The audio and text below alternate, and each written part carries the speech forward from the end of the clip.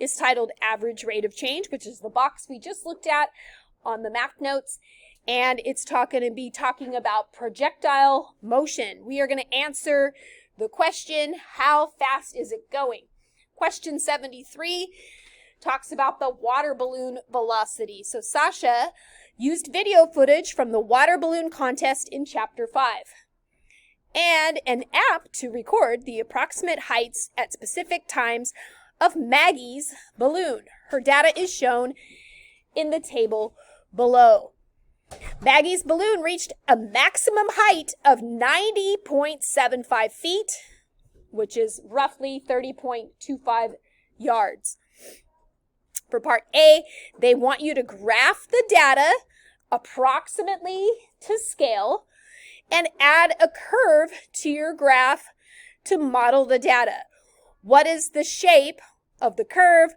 Is that what you expected? So you're going to take each of the points in the table to the right, plot them approximately where they should go, and then they want you to add the curve. It's going to come out looking something like a parabola. Okay? As the average rate of change is calculated by determining the slope between 2 points on a graph.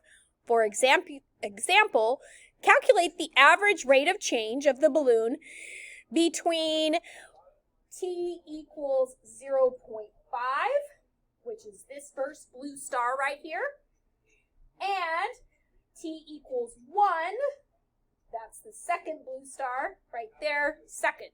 So we're going to use those 2 points that I starred in blue to find their average rate of change. Write your answer with its units. And what does it mean in the context of the balloon launch? Okay? So we're going to take the y value minus the y value over the x value minus the x value. And then we're going to calculate it on a calculator, and we're going to get a decimal. A decimal comes out to be roughly 52.2. I used the wavy equal sign because I had to round. But basically, that's going to be in feet per second. So that is the average velocity of the balloon from 0.5 to 1.0 seconds. So half a second, essentially. Okay? Between that half a second to the first full second, it's going pretty fast. It's going 52.2 feet per second. Okay? Now in part C, they want us to use 2 different points. So in part C, it says, choose 2 points from the table and use them to calculate the approximate velocity of the balloon 1.75 seconds after it was launched. Does the balloon seem to be speeding up? Does it seem to be speeding up or slowing down as it goes higher? Okay? So they said that they want us to find 1.75 seconds, but if you come over to the table, there is no 1.75 seconds. So I'm going to use the point before it and the point after it. Okay?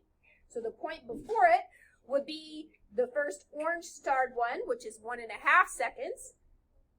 And the point after it would be the second orange, the 2 seconds. If I find the average rate of change between those two, it would give me where it's going to be at approximately 1.75 seconds. Okay? So again, I'm going to use the y minus the y in the numerator and the x minus the x in the denominator. Punch it in my calculator, and this one is going to be 20 feet per second. Okay? If we take that 20 feet per second and compare it to part A, which was 52.2 feet per second, that is way slower. So as the water balloon goes up, it goes really fast at first, but then because it's going up, it's going to slow down a little bit, right? Doesn't that make sense? Your balloon's going up, goes really fast at first because you launch it, but then,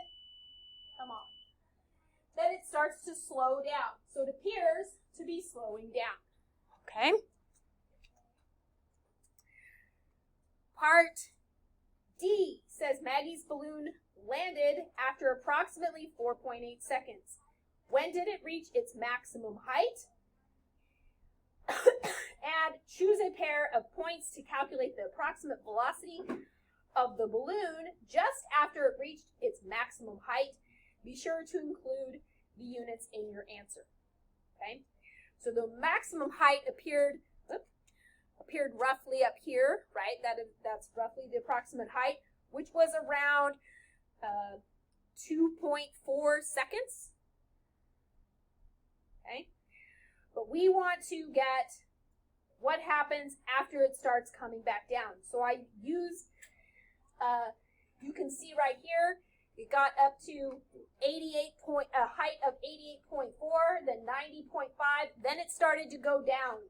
Then it went to 84.6 seconds. So I'm going to use these 2 points because that's where it changes and starts to go down. Okay? So here's what happens when you use the y minus the y over the x minus the x. This one, when you punch it in your calculator and it spits out the answer has a what sign in front of it? Negative sign in front of it.